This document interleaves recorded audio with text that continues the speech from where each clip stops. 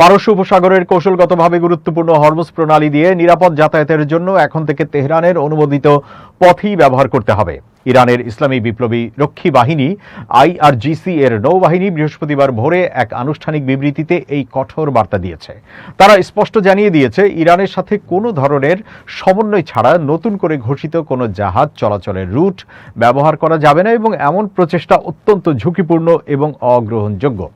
ইরানের সরকারি বার্তা সংস্থা IRNA এর মাধ্যমে প্রচারিত ওই বিবৃতিতে বলা হয়েছে, হরমুজ প্রণালী দিয়ে যাতায়াতের জন্য একমাত্র অনুমোদিত পথ হল ইসলামী প্রজাতন্ত্র ইরান কর্তৃক ঘোষিত পথ।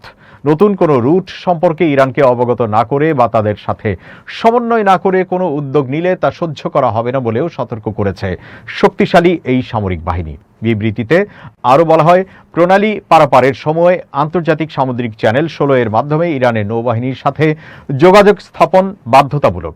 কোনো জাহাজ এই নির্দেশনা অমান্য করলে তাদের বিরুদ্ধে কঠোর ব্যবস্থা নেওয়া হবে বলে IRGC সতর্ক করেছে। উল্লেখ্য, এই সতর্কবার্তা এমন এক সময় এলো যখন অঞ্চলটিতে দীর্ঘস্থায়ী শান্তির প্রচেষ্টার আলোচনা চলছে। গত 17 জুন মার্কিন প্রেসিডেন্ট ডোনাল্ড ট্রাম্প এবং ইরানের প্রেসিডেন্ট মাসুদ পেজেশকিয়ান দুই দেশের মধ্যকার যুদ্ধ অবসানের লক্ষ্যে একটি সমঝোতা স্মারক স্বাক্ষর করেছেন। চলতি বছরের 28 ফেব্রুয়ারি যুক্তরাষ্ট্র ও ইসরায়েল ইরানে যৌথ হামলা চালানোর পর থেকে মধ্যপ্রাচ্যে চরম উত্তেজনা বিরাজ করছিল। এর প্রতিক্রিয়ায় ইরান মধ্যপ্রাচ্য জুড়ে যুক্তরাষ্ট্রের বিভিন্ন স্থাপনায় পাল্টা হামলা চালায়। দীর্ঘ এই উত্তেজনার অবসান ঘটিয়ে গত 8 এপ্রিল থেকে উভয় পক্ষের মধ্যে যুদ্ধবিরতি কার্যকর হয়।